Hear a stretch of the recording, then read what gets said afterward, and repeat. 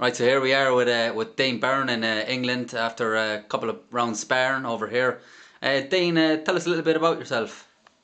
As you said, my name is Dean Byrne, aka Irish Lightning. I've just been back in England doing a bit of sparring, taking over, hopefully fighting in 2 weeks for criminal boxing clubs, DolPhil promotions. Yeah. Trained out at Freddie Roach's gym in World Card, and went to Australia before this. Things Before have the been wild going card, yeah. before the World Card, and things have been going pretty good, you know. Yeah. So you've a fairly vast amateur career as well. Tell us a little bit about your achievements as an amateur, Dane. Yeah, I had a good amateur career. Like, it was not the Olympic.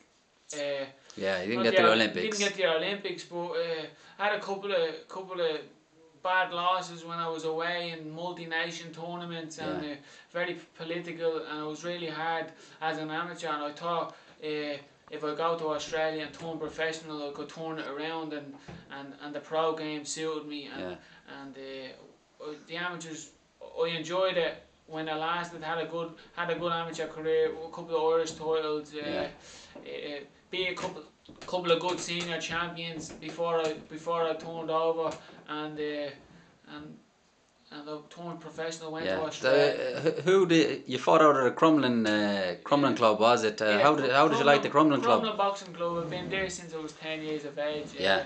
Feel sort of is. What can I say? The best trainer I've ever had since I was a kid. He drilled it into my head since I was a kid. He's like, you've so much talent. He's like, you're gonna be a world champion when you're older. And I was a kid, and I was growing up with this in my head that I was beating all these guys. He brought me down, fought me against Irish champions, this fight or that fight, and it just got me so much experience as a kid, and got me so much confidence, and I came on, and I continued that journey and went to Australia, turned professional, put a lot of hard work in, and became champion of Australia within 5 fights, you know. So your debut. Tell us a little bit about your debut over in Australia. How did that? Yeah, I was training in Costa Zoo's gym.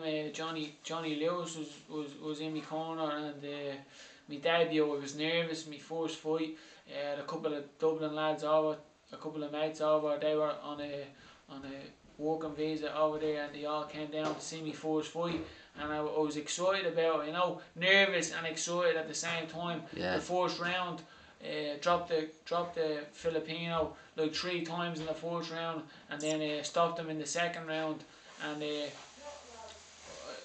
I went on from there. You fought the second fight. You fought the first guy's brother. Is that right? Yeah.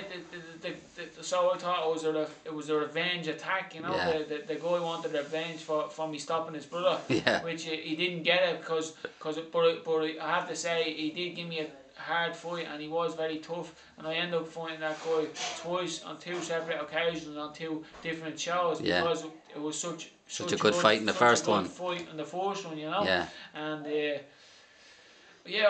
won, and I got a lot of experience, you know, because I started off doing 6 rounds. I didn't do any 4-round fights. Yeah, straight into the 6 rounds, which is you know, which is nobody does that. Yeah. Like these days, you know, they do in Australia, but it was great, like, you know, because they got me used to that. 6 rounds after a while, then I moved up. And even after your first, was it 5th or 6th fight, you fought for the Australian title? It was my 5th fight. I was at the fighting for a New South Wales title, state title. Yeah. On the 8th fight, it was an 8-rounder, and got the decision over good strong Filipino again, you know. Yeah. He had like 58 kickboxing matches in Philippines, and he had a good record as a professional as well, and that was a good fight. I won that, got the state title, and then it put me in line for the Australian national title, which was a big achievement for anybody, because to win a national title at any level in any country is a big achievement, you know. And I thought it would be great. I'm only there a year, and I've had 4 fights, and I'm fighting for the Australian title. The only thing was in my mind, I was going to the guy's hometown in Brisbane, and he was 10-0, and he was the champion defending against me. So that was the outcome. I went to Brisbane with Johnny Lewis. we believed that we could take this guy's title. Dropped him in the first round, boom. Dropped him in the first round, and then took him. Took the title, took it away, took it home. Yeah. Took the title home. And it wasn't long after that. Then you moved again over to America. Is that right? I moved to America. I defended the title. I fought another undefeated fighter in my next bout and defended the Australian title. And he was a tough guy as well. Had a couple of knockouts on his record, undefeated, and but he never went 10 rounds. And me, after going 10 rounds, I took him past 7 rounds, and that was it. Then I took control, and I just done my job on him every round, you know, and I defended the title well. And then I moved to. So what brought you to the wild card anyway? How did you? I went home to England and then back to Ireland, and then I met up with Pascal Collins, and I was thinking of going out to Boston to Mickey Ward's club out there, and Pascal said drop into Freddie Roach and tell him you know me, and you're 6-0 and you're at the winning the title in Australia, and see how you go from there. And I went over to Wildcard and went into Freddie Roach, as Pascal said, and Freddie said, alright, then come back to the gym Monday and we start training. Within a week or so, he had me sparring with Michael Katsidis, former Australian world champion. Yeah. And Katsidis was at my Australian title fight. It was his friend that I took his title fight from. Right. So I only got to the wild card. I wasn't in shape, and I'm sparring with Michael Katsidis, and I'm at the taking his friend's title. So nice. So we had a tear up. Yeah. We had a tear up. He's trying to get me back for beating his mate, getting his title, and I'm trying to prove to Freddie that you got what it takes. I got what it takes, you know. So it went from there, you know. Yeah, and since then you've had a quite a high rated knockout since you moved to the wild card. Yeah. Even though you've actually probably stepped up in class of fighter as well over there. Yeah. Have you got a newfound power, or what, like is it just you've been? I think I've always had the power, but since I went to Roach, he kind of mastered it a bit, where he showed me how to sit down more on my punches, whereas I was like jumping around and picking me shots and like, you know, but now I start to sit down on my punches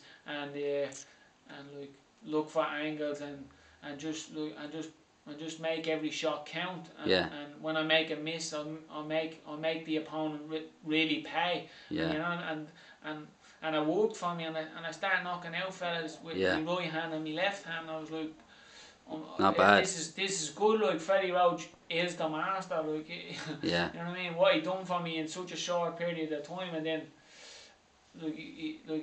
it just it's improved your game. Improved 100% since I went to the wild card, you know. And what's your next? You got a fight coming in Dublin. Tell us about that. Yeah, I have a fight in 2 weeks. It was last minute notice, like, because I've been in England for the last couple of weeks since my last fight in America, and I have a baby, and I just took this. You need to stay busy, like, I need to stay busy, and so it's on a DolPhil card, City West. City West Hotel. 7th of August. 7th of August, yeah. And the Big Bang Willie Casey on the. Do you know Willie at all, or? I know Willie. Yeah, we had a couple of spars. I helped him out a couple of times while I was in Crumlin Boxing Club, you know. Yeah. And all credit to him. He's doing the job at the moment. Doing good things at the minute, you know. And I think he'll go on and do even better if he keeps where he is and doing what he's doing, you know.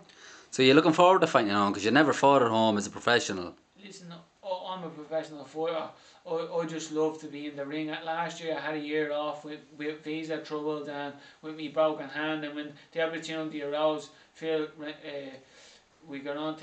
we were talking, and he had a show coming up, and like, that's all I love to do is fight. Yeah. I'm a fighter, and that's what I need to do is fight and keep busy. You know what I mean? No more waiting around for what's happening in America or what's happening. I need to just keep fighting, and then in the future we can see what's happening then, you know. And have you messaged your fans at home in Dublin, because I know a lot of them are queuing up to see you at this fight now anyway. I've got onto the Facebook and Dean Irish Light and Byrne. I got onto the site and told them all that I'm fighting August 7th, and I'm pretty sure that I'll have a big support, a big following, you know, and I'm looking forward to coming home and putting on a good show. Alright, You okay. know. Well listen, thanks very much for your time and good luck, and good luck in your fight, Dean. Yeah, and thanks for interviewing me. No problem at all, Dean. Take it easy, alright?